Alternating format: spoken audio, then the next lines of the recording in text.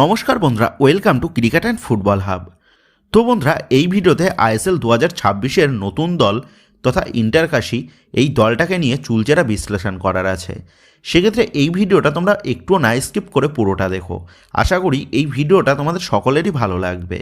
আর হ্যাঁ, তোমরা যারা আমাদের এই চ্যানেলে আজ প্রথমবার আসলে তারা অবশ্যই আমাদের এই ভিডিওতে একটা লাইক দিয়ে আমাদের চ্যানেলটাকে সাবস্ক্রাইব করে রেখো, কারণ তুমি কিন্তু এখানে তোমাদের প্রিয় দলের সমস্ত রকম খেলার খবর সবার আগে পেয়ে যাবে।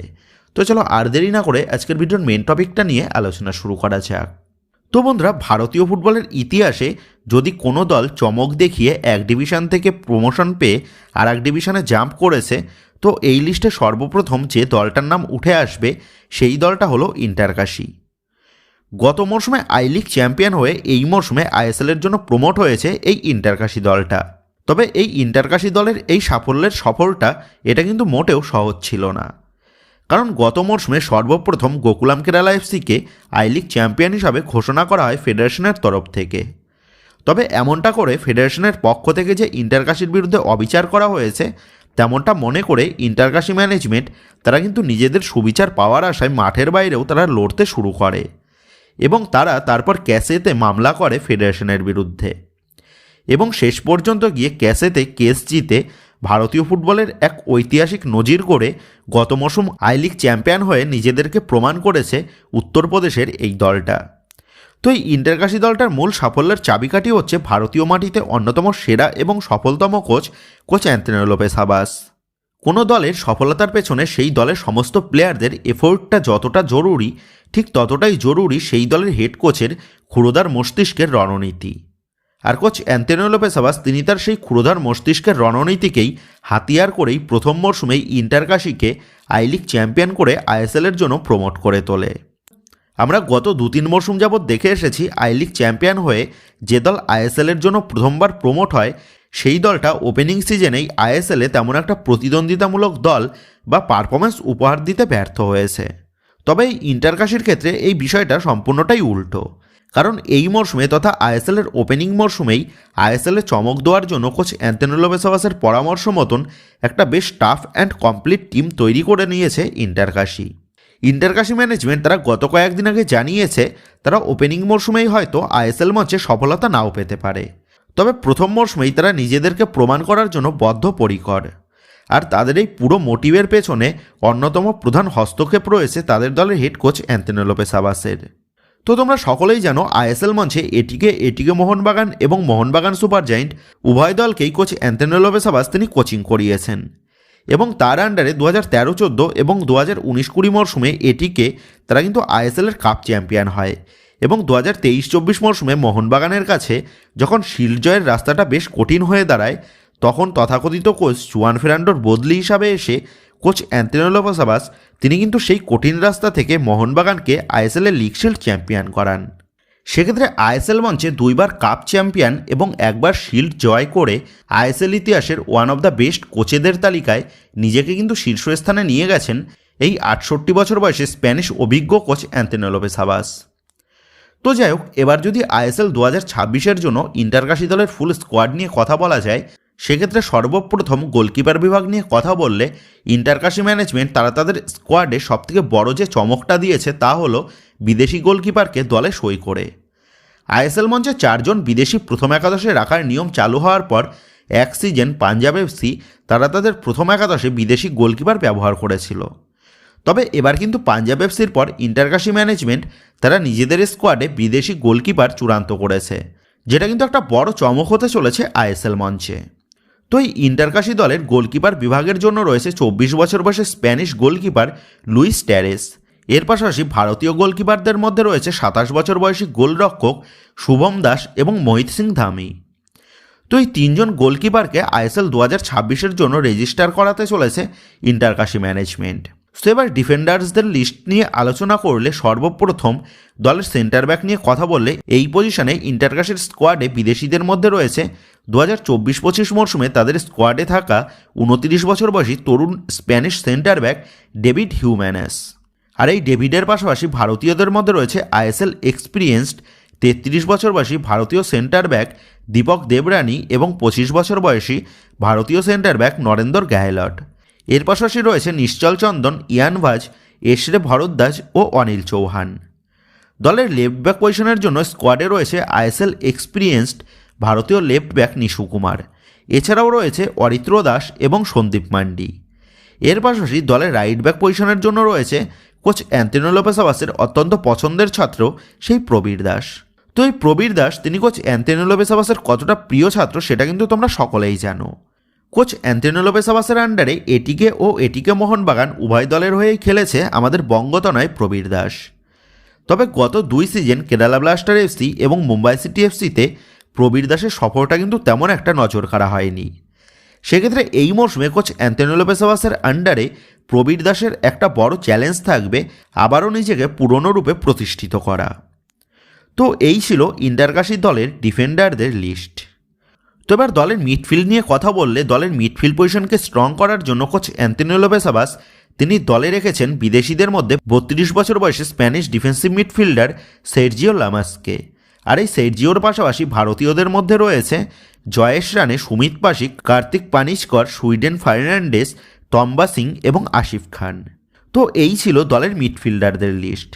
সো এবার দলের অ্যাটাকিং পজিশন নিয়ে কথা বললে সর্বপ্রথম রাইট উইঙ্গারদের লিস্টের মধ্যে রয়েছে বিদেশিদের মধ্যে 29 বছর বয়সী Spanish right winger Alfred planus এবং ভারতীয়দের মধ্যে রয়েছে আইএসএল এক্সপিরিয়েন্সড প্রশান্ত কে। আর লেফট উইং পজিশনের জন্য রয়েছে লেন ডঙ্গেল এবং আশিস ঝাদের মতন উইঙ্গাররা। আর দলের স্ট্রাইকার পজিশনের জন্য কোচ অ্যান্টনি লোপেস আবাস তিনি কিন্তু জোড়া বিদেশি স্ট্রাইকার দলে সই করেছেন, যাদের মধ্যে প্রথমজন হচ্ছে ইন্টারকাশি দলের 33 বছর বয়সী স্প্যানিশ স্ট্রাইকার মারিও বার্কো এবং তাদের দলের নতুন সাইনিং তথা 25 বছর বয়সী লিথুয়ানিয়ার সেন্টার ফরওয়ার্ড পজিশনের প্লেয়ার নাউরিস পেটকেভিয়াস। আর এই নাউরিসের দিকে এই সিজনে একটা বিশেষ নজর কিন্তু থাকতে চলেছে আইএসএল সমর্থকদের, কারণ এত অল্প বয়সের বিদেশি আইএসএল মঞ্চে কিন্তু খুবই কম দেখা যায়। এই নাউরিস সে তার ক্লাব ক্যারিয়ারে 154টা ম্যাচে 32টা গোল এবং 13টা অ্যাসিস্ট করেছে। সেক্ষেত্রে বলাই যায় গোলটা কিন্তু বেশ ভালোভাবেই চেনে এই তরুণ স্ট্রাইকারটা। এর পাশাপাশি আবার লিথুয়ানিয়ার জাতীয় দলের হয়েও সে কিন্তু ম্যাচ খেলেছে। সেক্ষেত্রে হাবাসের নেতৃত্বে এই নাউরিস সে কেমন পারফরমেন্স করে সেই দিকেই কিন্তু আমাদের সকলের নজর থাকবে। তো এই দুই বিদেশি স্ট্রাইকারের পাশাপাশি ভারতীয় স্ট্রাইকারদের মধ্যে ইন্টারকাশির স্কোয়াডে রয়েছে বেঙ্গালুরু এফসি দলের অত্যন্ত পরিচিত এক তরুণ স্ট্রাইকার সেই রোহিত দানু। তো এই 28 জনের একটা কম্প্যাক্ট স্কোয়াড নিয়ে অভিষেক মরশুমেই আইএসএল মঞ্চে নিজেদের ছাপ ফেলতে প্রস্তুত কিন্তু কোচ অ্যান্টনি লোপেস আবাসের দল ইন্টারকাশি। তো আমরা সকলেই জানি আইএসএল 2026-এর ফিক্সচার কিন্তু অ্যানাউন্সমেন্ট হয়ে গেছে, যেখানে ওপেনিং ডেতেই অর্থাৎ 14 তারিখে ডবল হেডারের সেকেন্ড ম্যাচে তারা কিন্তু মুখোমুখি হতে চলেছে আইএসএল মঞ্চের আর এক শক্তিশালী দল এফসি গোয়ার বিরুদ্ধে। সেক্ষেত্রে ওপেনিং ডেতেই আইএসএল মঞ্চের প্রথম মরশুমে কোচ অ্যান্টনি লোপেস আবাস তিনি ইন্টারকাশি দলকে কেমন পারফরমেন্স করান সেই দিকেই কিন্তু আমাদের সকলেরই নজর থাকবে। তবে সবথেকে বিশেষ নজর থাকবে ইন্টারকাশি বনাম মোহনবাগানের ম্যাচে, কারণ অ্যান্টনি লোপেস আবাস তিনি কিন্তু মোহনবাগানের প্রাক্তন কোচ। সেক্ষেত্রে প্রাক্তন দলের বিরুদ্ধে কোচ অ্যান্টনি লোপেস আবাস কেমন রণনীতিতে দল সাজান এবং তিনি দলকে কেমন পারফরমেন্স করান সেই দিকেই কিন্তু আমাদের সকলেরই নজর থাকবে। আর খুব সম্ভবত ডার্বি ম্যাচের পর এই মোহনবাগান ভার্সেস ইন্টারকাশির ম্যাচটা সবথেকে বেশি টানটান ম্যাচ হতে চলেছে। তো যাই হোক, এবার যদি আইএসএলের জন্য কোচ অ্যান্টনি লোপেস আবাস কেমন দল নামাতে পারে ইন্টারকাশি সেই নিয়ে কথা বলা যায়, সেক্ষেত্রে সর্বপ্রথম দেখতে হবে কোচ অ্যান্টনি লোপেস আবাস তার প্রথম একাদশে বিদেশি গোলকিপার ব্যবহার করেন নাকি করেন না। কারণ যদি বিদেশি গোলকিপার তিনি প্রথম একাদশে ব্যবহার করেন সেক্ষেত্রে কিন্তু আপফ্রন্টে কম বিদেশি নিয়ে তাকে প্লেইং 11 সাজাতে হবে, যেটা কিন্তু একটা বড় ডিসঅ্যাডভান্টেজ হতে পারে কোচ অ্যান্টনি লোপেস আবাসের জন্য। এর পাশাপাশি আবার আমাদের এটাও মাথায় রাখতে হবে একজন বিদেশি গোলকিপারের এক্সপিরিয়েন্স কিন্তু প্রচুর। সেক্ষেত্রে দলের লাস্ট ডিফেন্সকে মজবুত রাখতে কোচ অ্যান্টনি লোপেস আবাস তিনি কিন্তু আবার বিদেশি গোলকিপারকেও ব্যবহার করতে পারেন ডিফেন্সকে স্ট্রং করার জন্য। তবে এখানে আমরা তোমাদের দুটো প্লেইং 11ই দেখাচ্ছি, যেখানে একটাতে বিদেশি গোলকিপার থাকবে এবং অপরটাতে স্বদেশি গোলকিপার থাকবে। তো আমরা সকলেই জানি কোচ অ্যান্টনি লোপেস আবাস তিনি 4-2-3-1 এই ফরমেশনে দল সাজাতে সবথেকে বেশি পছন্দ করেন। সেক্ষেত্রে এই ফরমেশনে দলের গোলকিপার বিভাগে রাখা হয়েছে ইন্টারকাশি দলের বিদেশি গোলকিপার লুইসকে। দলের 4 ডিফেন্সের মধ্যে 2 সাইড ব্যাক হিসাবে লেফট ব্যাক পজিশনে রাখা হয়েছে নিশু কুমারকে এবং রাইট ব্যাক পজিশনে রাখা হয়েছে প্রবীর দাসকে। আর দলের সেন্টার ব্যাক হিসাবে থাকবে নরেন্দর গাহেলটের সাথে ডেভিড হিউম্যানেস। দলের 2 মিডফিল্ডার হিসেবে দেখা যাবে সার্জিও লামাসের সাথে জয়েশ রানেকে। আপফ্রন্টের দুই উইঙ্গার হিসাবে একদিকে থাকবে প্রশান্ত এবং অপরদিকে থাকবে লেনডঙ্গিল। আর দলের অ্যাটাকিং মিডফিল্ড পজিশনে এখানে রাখা হয়েছে সুমিত পাশিকে এবং দলের স্ট্রাইকার পজিশনে দেখা যাবে বার্কো অথবা নাউরিসকে। তো দলের গোলকিপার বিভাগে বিদেশি গোলকিপার রেখে এমনই কিন্তু প্লেইং 11 মাঠে নামাতে পারেন কোচ অ্যান্তোনি লোপেস আবাস। তো এবার যদি বিদেশি গোলকিপার ছাড়া প্লেইং 11 দেখা যায়, সেক্ষেত্রে গোলকিপার বিভাগে দেখা যাবে শুভমকে। এক্ষেত্রেও দলের 4 ডিফেন্সটা সেম থাকবে, অর্থাৎ দুই সাইড ব্যাকে দেখা যাবে নিশু কুমারের সাথে প্রবীর দাসকে এবং জোড়া সেন্টার ব্যাক হিসাবে দেখা যাবে নরেন্দর গায়েলটের সাথে হিউম্যানেসকে। দলের দুই মিডফিল্ডারও কিন্তু সেম থাকবে, অর্থাৎ সার্জিও ল্যামাসের সাথে দেখা যাবে জয়েশ রানেকে। আপফ্রন্টের দুই উইংয়ে এখানে লেফট উইংয়ে রাখা হয়েছে ডঙ্গেলকে এবং রাইট উইংয়ে রাখা হয়েছে সুমিত পাশিকে। আর দলের অ্যাটাকিং মিডফিল্ড পজিশনে রাখা হয়েছে প্ল্যানাসকে। তো এখানে এই প্ল্যানাস এবং সুমিত পাশি তারা কিন্তু নিজেদের পজিশন অল্টারনেট করে খেলতে পারবে এবং দলের স্ট্রাইকার পজিশনে দেখা যাবে নাউরিস অথবা বার্কোকে। তো দলের গোলকিপার পজিশনে স্বদেশি গোলকিপার রেখে এমন কিন্তু প্লেইং 11 ইউজ করতে পারেন কোচ অ্যান্তোনি লোপেস আবাস। তো বন্ধুরা, তোমাদের কি মনে হয় কোচ অ্যান্তোনি লোপেস আবাস তিনি কি পারবেন ওপেনিং মরশুমেই ইন্টারকাশি দলকে আইএসএল মঞ্চে একটা ভালো পজিশনে শেষ করাতে? এই বিষয়ে তোমাদের মতামতটা অবশ্যই কিন্তু নিচে কমেন্ট করে জানিয়ে দিও। আর তোমরা এটাও কমেন্ট করে জানিয়ে দিও এই ইন্টারকাশি দলের ভিডিওর মতন আইএসএলের বাকি দলগুলোরও স্কোয়াড বিশ্লেষণ এবং বেস্ট প্লেইং 11 নিয়ে কি আমরা পরবর্তীতে ভিডিও আনবো? এই বিষয়েও কিন্তু তোমাদের মতামতটা অবশ্যই নিচে কমেন্ট করে জানিয়ে দিও। তোমরা আইএসএলের বাকি দলগুলোর স্কোয়াড বিশ্লেষণ এবং বেস্ট প্লেইং 11 নিয়ে ভিডিও দেখতে ইন্টারেস্টেড থাকলে তোমরা অবশ্যই সেটা কিন্তু মনে করে কমেন্ট বক্সে জানিয়ে দিও। তোমাদের ইন্টারেস্টেড মতনই আমরা কিন্তু পরবর্তীতে বাকি দলগুলোর নিয়েও ভিডিও আনার চেষ্টা করব। সেক্ষেত্রে বন্ধুরা অবশ্যই তোমরা কিন্তু তোমাদের মতামতটা এই ভিডিওর কমেন্ট বক্সে জানিয়ে দিও। তো বন্ধুরা, এই ভিডিওতে এই আপডেটগুলো নিয়েই তোমাদের মধ্যে আলোচনা করার ছিল। তো আশা করি ভিডিওটা তোমাদের ভালো লেগেছে। তো যদি ভিডিওটা ভালো লেগে থাকে তাহলে ভিডিওতে লাইক দিয়ে চ্যানেল সাবস্ক্রাইব করে পাশে থাকা বেল আইকনটা অবশ্যই প্রেস করে দিও।